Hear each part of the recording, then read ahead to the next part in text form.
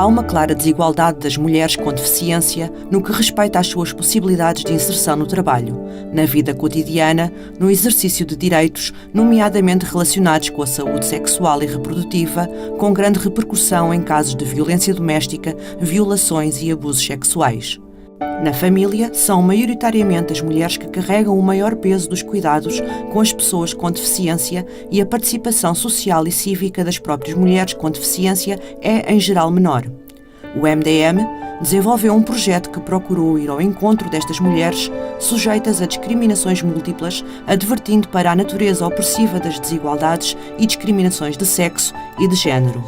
Enquanto dirigente de uma organização de defesa de direitos das pessoas com deficiência, os relatos que nos chegam são mais que muitos de discriminação a nível de trabalho, de violências sentidas a nível familiar e não só, violências essas a nível físico, sexual e psicológico, que no caso de mulheres com deficiência acaba por ser um tabu ainda maior, muito mais difícil de denunciar e muito difícil de comprovar.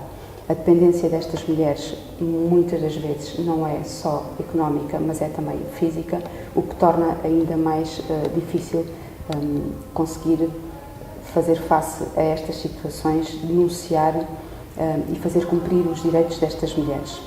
É urgente que as mulheres, de forma geral, e as mulheres com deficiência se unam, se juntem a organizações de defesa de direitos humanos que debatam estes assuntos, que os tragam a público para que se encontrem medidas e políticas que, de uma vez por todas, acabem com este estigma e esta discriminação. Eu penso que as mulheres com deficiência algumas vezes são olhadas de lado, porque, por exemplo, na questão de constituir uma família ou ter um companheiro para a vida, as pessoas muitas vezes serão capazes de nos perguntar: mas o filho é teu? Tu és casada? Tens filhos? Acham isso muito estranho.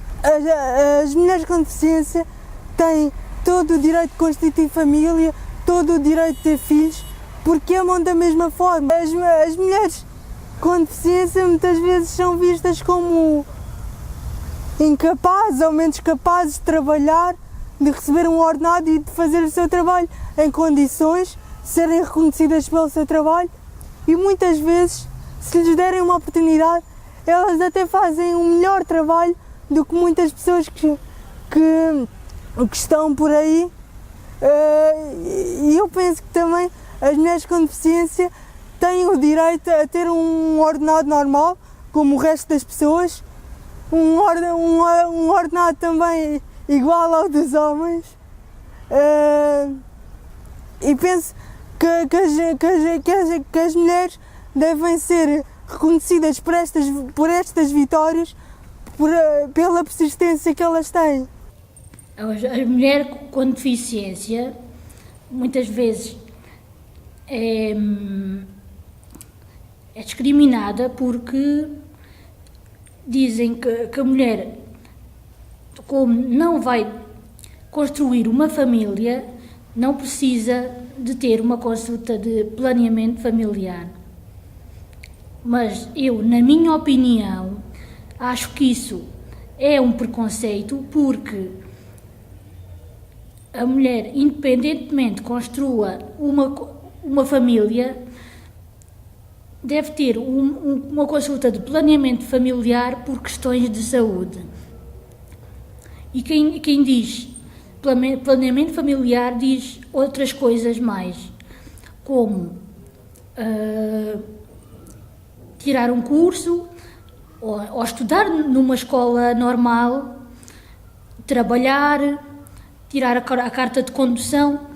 Também depende da deficiência, porque pode haver uma deficiência que a pessoa não esteja capacitada para tirar uma carta, mas tem direito a trabalhar, conduzir, fazer amizades, viver junto com o namorado, casar. Acho também elas defenderem os seus direitos. Relativamente ao problema das pessoas com deficiência, todos nós ouvimos muitas vezes que as pessoas que têm alguma deficiência ou doença têm dificuldade em arranjar emprego, dificuldade na questão dos cuidados de saúde. Mas uma questão que eu gostaria de abordar, que eu acho que é muito importante, é relativamente à autoestima das pessoas com deficiência. Isto porque é muito fácil a pessoa que sofre por alguma deficiência não estar contente com a sua imagem ou com o seu corpo. O efeito é geralmente a pessoa evitar sair de casa, evitar cuidar de si. Independentemente do que acontece à pessoa, eu acho que cuidar da sua autoestima, da sua imagem e não ficar fechada em casa é algo que pode ajudar a melhorar. As limitações que qualquer ser humano tem, mas o fato da pessoa com deficiência procurar cuidar de si, principalmente da sua valorização pessoal, vai fazer com que quem está no exterior, quem não tem nada a ver com a sua situação, sinta vontade não só de ajudar, mas de promover a vida da pessoa, ajudá-la a melhorar. Uma das questões que o Movimento Democrático das Mulheres tem ajudado muitas pessoas com deficiência é evitar, por exemplo, que a mulher com deficiência fique fechada em casa. O fato de haver jornadas, o fato da pessoa poder sair de casa, mesmo que aparentemente diga que não vai ajudar em nada a sair de casa, o fato de ela sair e conhecer outras pessoas com problemas superiores ao seu ou inferiores é indiferente, mas sair de casa, não ficar fechada no seu agregado, vai poder ver o que ela pode fazer para se ajudar. Portanto, nesse sentido, penso que todas as mulheres com deficiência devem cuidar de si. Vimos que as famílias e cuidadoras são parte importante no acompanhamento da pessoa com deficiência e é justo reclamar da parte do Estado o reconhecimento jurídico da figura do cuidador-cuidadora. A minha filha é portadora de uma multideficiência que lhe dá um handicap psíquico e motor. Ela depende de um adulto 24 horas por dia e tudo isso faz com que na sociedade as pessoas também achem sempre que coitadinha, ela não faz, portanto também não vale a pena investir. Eu não penso assim e como eu, há outras mães que não pensam assim.